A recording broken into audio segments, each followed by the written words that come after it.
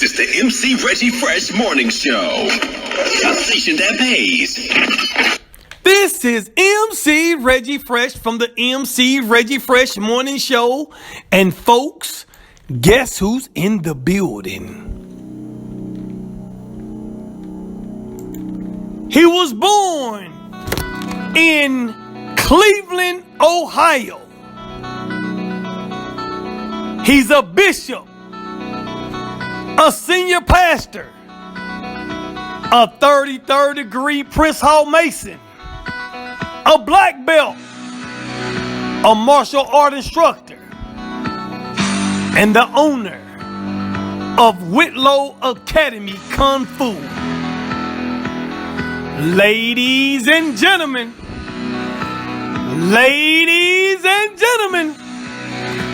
let's welcome Mr. Derrick Whitlow.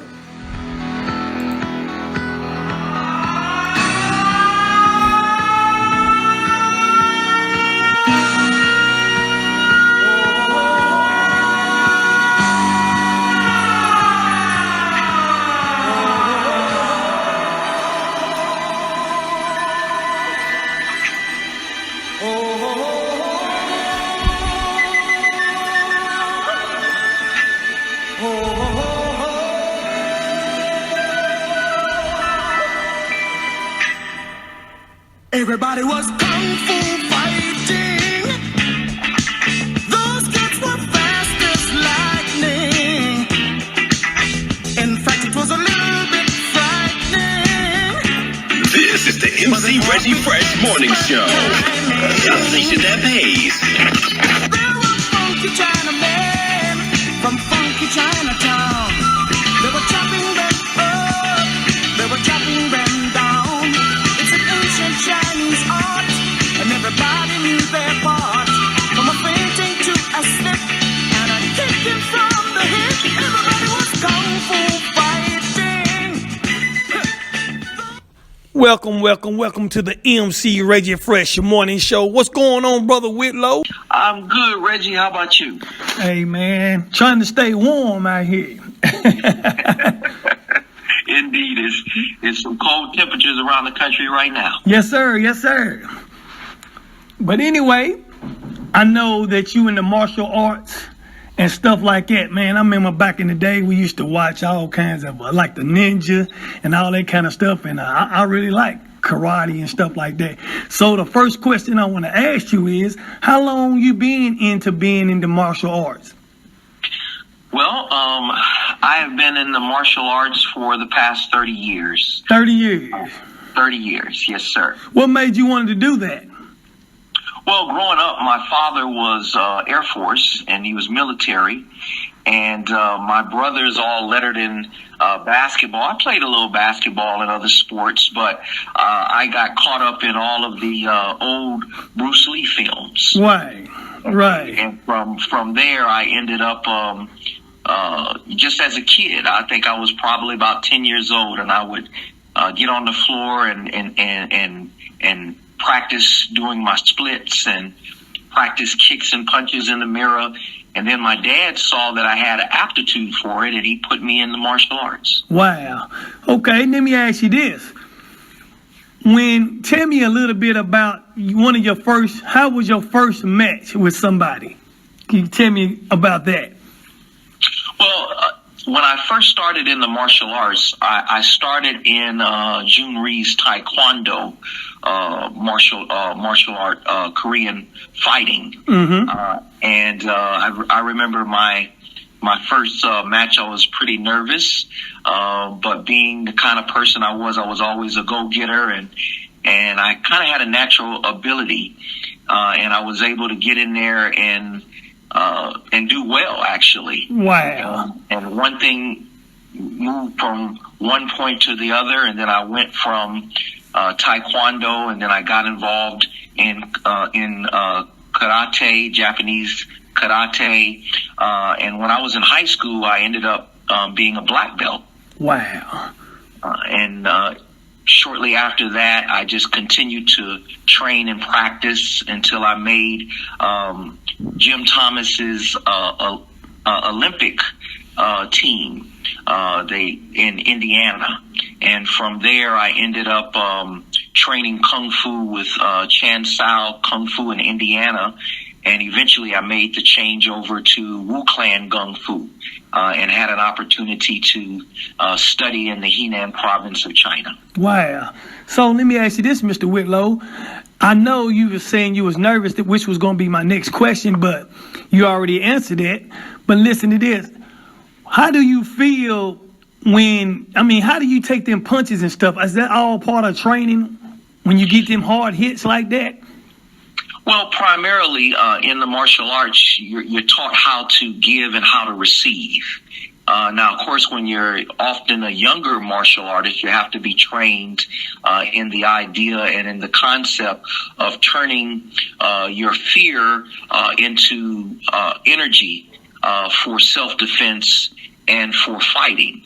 And so, whenever we're threatened, our heart beats a little faster, we get a quick sweat, and we're worried about things. But if we can change that by learning to remain calm, being watchful, maintaining a safe distance, and being able to bring your tools to the table in terms of martial warfare, often you're able to turn a situation that would be otherwise disastrous into a victory. Get out of here. So basically what you're saying, all of that is part of training. That's all a part of training. Yes, sir. Wow. They teach you to train your chi, to train your mental focus, to sharpen your tools, which may be kicks, punches, grabs, locks, a variety of different martial tools and weapons, and then learning to also receive. When you take a strike, you should be breathing out as opposed to taking the full force coming in. But if you're moving meditation, as we call it, often is very difficult to hit a moving target. Wow. Okay, Mr. Whitlow, now there's a lot of kids, young ages out there. Can you tell me what's the age group they can start? Well, that's a very good question, Brother Reggie. I always tell people different people start the martial arts at different ages. And at any age is great because you're going to benefit one way or the other. But I started probably seriously about 10, and I developed into it. But when I was over in China studying with the monks, they start their young people off at 3. But it usually depends on the level of focus, and usually they start them very young, maybe 10-minute to 20-minute classes, and they begin to work them up until their discipline allows them to train a little longer. But it depends on the age, and it depends on their attention span. But generally, once a child hits between 7 and 10, those are great ages to begin them in the martial sciences. Okay, now, what kind of advice do you have for anybody, whether they old or young, if they want to get into this kind of business and learn these techniques and all of that in Kung Fu? What kind of advice would you have for them? Well, I have some very good advice. I always, being a lover of the martial sciences and the martial arts, I always tell people there's something that you can get out of the martial sciences. And generally people that go into business and they have their own school, or they're kickboxers, or they're professional semi-pro fighters to pro fighters, these are people that have developed a love for it. And I say make sure that you're with a credible organization. Make sure that you have good trainers, and be dedicated. And if you're dedicated, and it's something that you enjoy and something that you do well, it will not be very difficult to share something that you love with others and make a good living at it. Okay, now what kind of foods is it any special diets that they gotta have? Well, martial arts in general, just like most athletics, teaches us to certainly coordinate the mind, the body, and the spirit. And so in that, we're taught to basically to take care of our bodies, to be healthy, to live healthy lifestyles. And the martial arts reflects that in terms of its discipline, in terms of its training, and in terms of what it advocates for those that are involved. There are different blood types. There are different backgrounds that people have, but there are some general things in the martial arts that really advocate getting your proper rest, eating right, making sure that you're exercising and avoiding injury, and then making sure that you're focused on whatever it is that you're doing, and you not only execute a technique, but you understand the practicality of the technique and what's behind the technique as well. All right, outstanding. Now, Mr. Whitlow, what I want to ask you now is, you an instructor, right? Being an instructor, and I know you're a great trainer because I done seen a lot, including your son, a few people who's been in your class or in your school that are very good, and some of them are black belts. I want you to tell me, how do you be training like that? I mean, where you get that talent to train? Was that all part of martial arts just at the beginning? Well, for me, I've had a lot of great trainers in my background.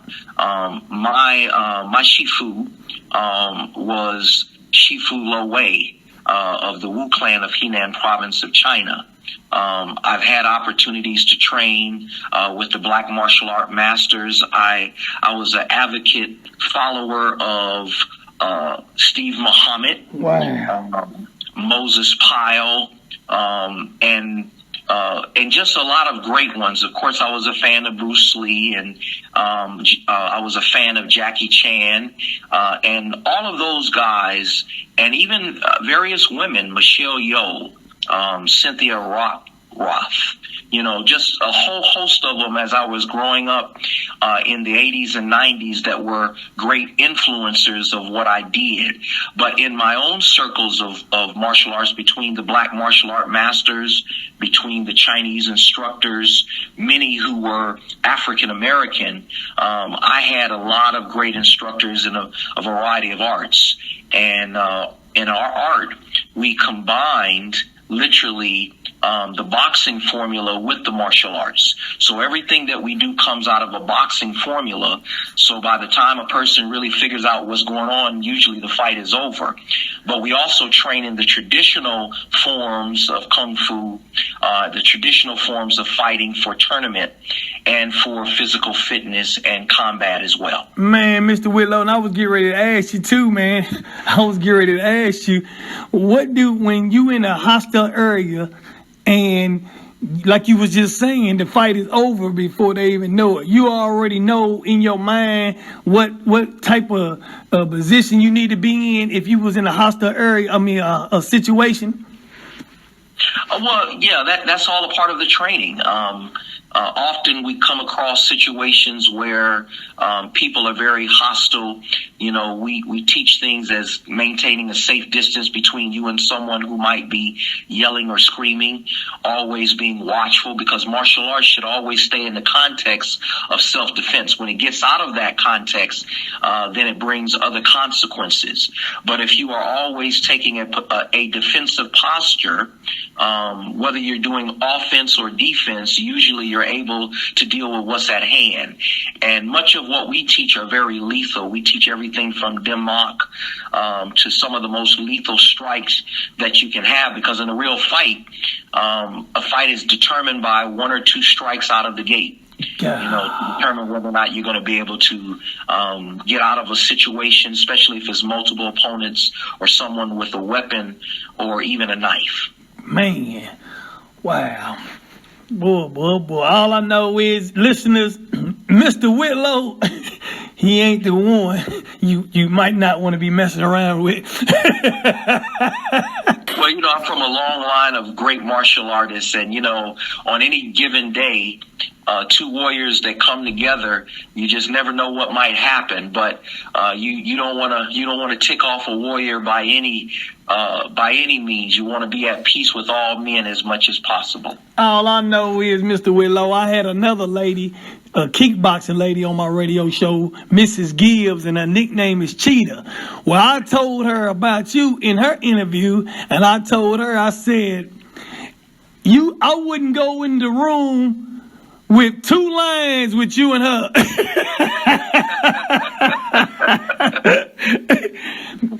But anyway, though, Mr. Witt, I know you got a school. I want you to tell everybody the name of your school, how somebody can enroll, the prices and stuff like that, and what all they need to do and all that good stuff. Well, the name of our school is Whitlow's Academy of Wukong Dao. That's the name of our art, Wukong Dao, the way of the protective martial skill. It incorporates everything from Muay Thai to Shaolin Long Fist to Na Yin Ga, the 5 animals, and even Tai Chi Chuan, Wing Chun, and feeding crane systems. We're located at 3400 Blue Springs Road, Huntsville, Alabama, 35810. The best way to get in contact with us is reach out to us by email. You can email me at seafoodwhitlow@yahoo.com. Or you can actually call us at 256-457-6877 and leave us a message. Or you can even reach out to us on the social media. We have a Instagram page and we also have a Facebook page. And those are the best ways, but because of what we teach, we try to make sure that people that study with the kind of art that we train, that, they're generally good people. And so there is an interview process. Yes, sir. Yes, sir. Listeners out there, I want to let you know that Mr. Whitlow is also my Masonic brother, and I done seen him in action. I done watched him train, and I done seen the people that he had trained. So if you got a kid out there, or even you, if you want to be part of that organization with him to learn Kung Fu or karate or what it is, that's the master. That's where you need to go. I wouldn't care if you was 100 miles away. If you need a trainer and you need a master to teach you this, Mr. Whitlow is the one you got to get. Trust me. Now, Mr. Whit, you got any shout-outs for anybody? Well, I just want to send a shout out to all of the great martial artists that are out there. A special shout out to Shogun International Martial Arts in Kansas City. I want to send a shout out as well to Sifu Kenneth Edwards in Pasadena, California, and also Sifu Derrick Wright of the Northern Praying Mantis Systems. These are all great guys. And then, of course, I want to send a shout out to the family of Moses Powell as well. Wow. Folks, like I said again, if you get into this business, you need to see Mr. Whitlow. Mr. Whitlow, man, it was a pleasure for you to get on my radio show. I've been telling you and talking to you about it, and we finally got it, and we own it popping now. I appreciate you, Reggie. I appreciate all that you're doing for the community to keep everybody well informed. Yes, sir. Yes, sir. Now, Mr. Whitlow, I got one more question to ask you, brother. What's that? Could you please tell the whole world out there what's the baddest station in the land and the station that pays? Oh, that's an easy one. The MC Reggie Fresh Morning Show. And there y'all have it, folks. Coming to you from the Buckeye State, Cleveland, Ohio. That's Mr. Derrick Whitlow. He was right here on the MC Reggie Fresh Morning Show. This is the MC Reggie Fresh Morning Show. A station that pays.